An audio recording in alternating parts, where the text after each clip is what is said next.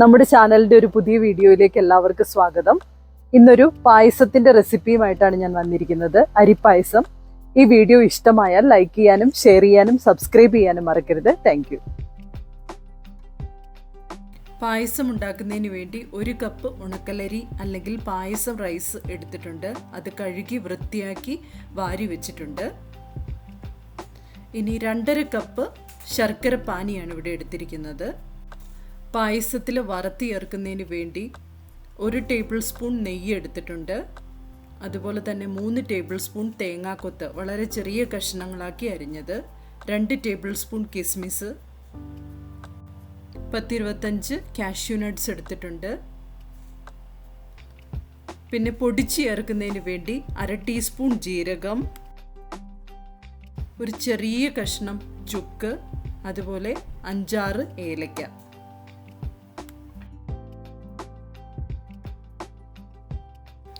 ഞാൻ റെഡിമെയ്ഡ് തേങ്ങാപ്പാലാണ് ഇവിടെ യൂസ് ചെയ്തിരിക്കുന്നത്. പായസത്തിന് വേണ്ടി 5 കപ്പ് തേങ്ങാപ്പാലാണ് എടുത്തിരിക്കുന്നത്. ഇതിൽ നിന്നും 1 കപ്പ് തേങ്ങാപ്പാൽ എടുത്ത് 4 കപ്പ് വെള്ളത്തിൻ്റെ കൂടെ ഒന്ന് മിക്സ് ചെയ്ത് വെക്കാം. നന്നായിട്ട് ഇളക്കി യോജിപ്പിച്ച് വെക്കണം. ഇതാണ് നമ്മുടെ 2ാം പാല്. ഈ പാലിനകത്താണ് പായസത്തിൻ്റെ അരി വേവിച്ചെടുക്കുന്നത്. ഒരു പാൻ സ്റ്റൗവിൽ വെച്ച് ഓണാക്കി പാൻ ചൂടായി കഴിയുമ്പോൾ അതിലേക്ക് എടുത്തു വച്ചിരിക്കുന്ന 2ാം പാല് ഒഴിച്ചു കൊടുക്കാം.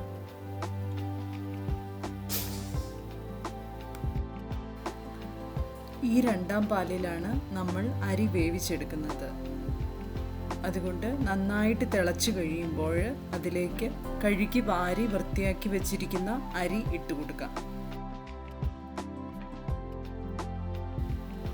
അരിയിട്ട് നന്നായിട്ട് തിളച്ചതിന് ശേഷം ഒരു 1/4 ടീസ്പൂൺ നെയ്യ് അതിനകത്തേക്ക് ചേർത്ത് കൊടുക്കണം.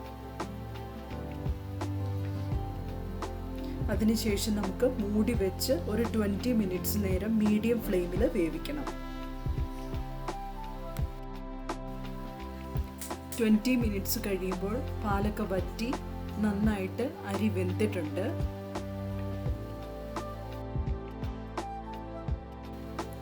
ചുക്കും ഏലക്കയും ജീരകവും നന്നായിട്ട് പൊടിച്ചെടുത്തിട്ടുണ്ട്. ഇതിനകത്തുനിന്ന് ഒരു 1/2 ടീസ്പൂൺ നമുക്ക് ഈ അരി വേവിച്ച് വെച്ചിരിക്കുന്നതിനകത്തേക്ക് നമുക്ക് ചേർത്ത് കൊടുക്കാം. എന്നിട്ട് നന്നായിട്ട് ഒന്ന് മിക്സ് ചെയ്ത് കൊടുക്കാം. അതിനുശേഷം ഇതിലേക്ക് നമ്മൾ എടുത്തു വച്ചിരിക്കുന്ന ശർക്കര പാനി ചേർത്ത് കൊടുക്കാം. നന്നായിട്ടൊന്ന് ഇളക്കി മിക്സ് ചെയ്ത് കൊടുക്കാം. ഈ ശർക്കര പാനിയിലിട്ട് വേണം ഇനി നമുക്ക് നമ്മുടെ വേവിച്ച അരി വരട്ടിയെടുക്കാൻ. ഒരു നുള്ള് ഉപ്പും കൂടി ഇട്ട് കൊടുക്കാം. എന്നിട്ട് നമുക്ക് അടച്ചു വെച്ച് കുറച്ച് സമയം വേവിക്കാം. ഇടയ്ക്കിടയ്ക്ക് തുറന്ന് ഇളക്കി കൊടുക്കാൻ മറന്നു പോകരുത്. മീഡിയം ഫ്ലെയിമിലിട്ട് ഒരു 15 മിനിറ്റിന് ശേഷം ശർക്കരയൊക്കെ വറ്റി ഈ സ്റ്റേജിൽ ആയിട്ടുണ്ട്. ഇനി നമുക്ക് തുറന്നു വെച്ച് കുറച്ച് സമയം വറ്റിച്ചെടുക്കാം.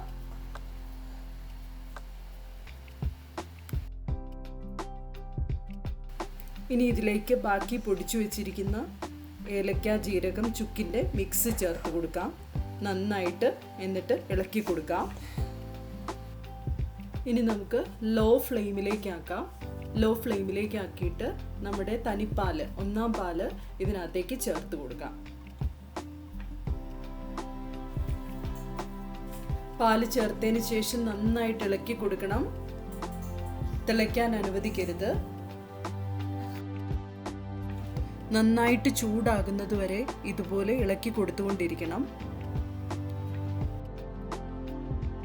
നമ്മുടെ പായസം റെഡി ആയിട്ടുണ്ട്. ഇനി ഇതിനകത്തേക്ക് കാഷ്യൂ നട്ടും കിസ്മിസും ഒക്കെ വറുത്ത് ചേർത്താൽ മാത്രം മതിയാവും. ഈ സ്റ്റേജിൽ നമുക്ക് ഫ്ലെയിം ഓഫ് ചെയ്യാം. ഫ്ലെയിം ഓഫ് ചെയ്തതിന് ശേഷം പാൻ സ്റ്റൗവിൽ നിന്ന് മാറ്റി വെക്കണം. അല്ലെങ്കിൽ അത് അവിടെ ഇരുന്ന് പിരിഞ്ഞു പോകാനുള്ള ചാൻസ് ഉണ്ട്. ഒരു പാൻ സ്റ്റൗവിൽ വെച്ച് ഓണാക്കി അത് ചൂടായതിന് ശേഷം അതിലേക്ക് നമ്മൾ എടുത്തു വച്ചിരിക്കുന്ന നെയ്യ് ചേർത്ത് കൊടുക്കാം. നെയ്യ് നന്നായിട്ട് ചൂടായി കഴിയുമ്പോൾ അതിലേക്ക് തേങ്ങാക്കൊത്ത് ചേർത്ത് കൊടുക്കാം. തേങ്ങാക്കൊത്ത് നന്നായിട്ടൊന്ന് ഫ്രൈ ചെയ്തെടുക്കണം. ഇതിൻ്റെ കളറൊക്കെ മാറി തുടങ്ങിയിട്ടുണ്ട്. ഈ സ്റ്റേജിൽ നമുക്ക് ഇതിലേക്ക് കാഷ്യൂ നട്ട്സ് ചേർത്ത് കൊടുക്കാം. കാഷ്യൂ നട്ട്സ് ഇട്ട് ഒരു 2-3 മിനിറ്റ് നേരം ഫ്രൈ ചെയ്തതിന് ശേഷം അതിലേക്ക് കിസ്മിസ് ചേർത്ത് കൊടുക്കാം.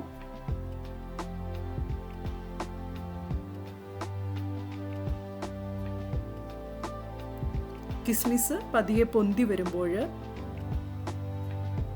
നമുക്ക് സ്റ്റൗ ഓഫാക്കാം. ഇനി ഇത് പായസത്തിലേക്ക് ചേർത്ത് കൊടുക്കാം.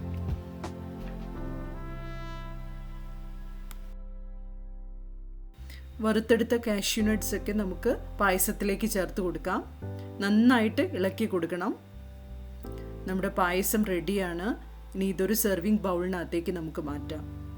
ഈ വീഡിയോ നിങ്ങൾക്ക് ഇഷ്ടമായാൽ ലൈക്ക് ചെയ്യാനും ഷെയർ ചെയ്യാനും സബ്സ്ക്രൈബ് ചെയ്യാനും മറക്കരുത്. Thank you.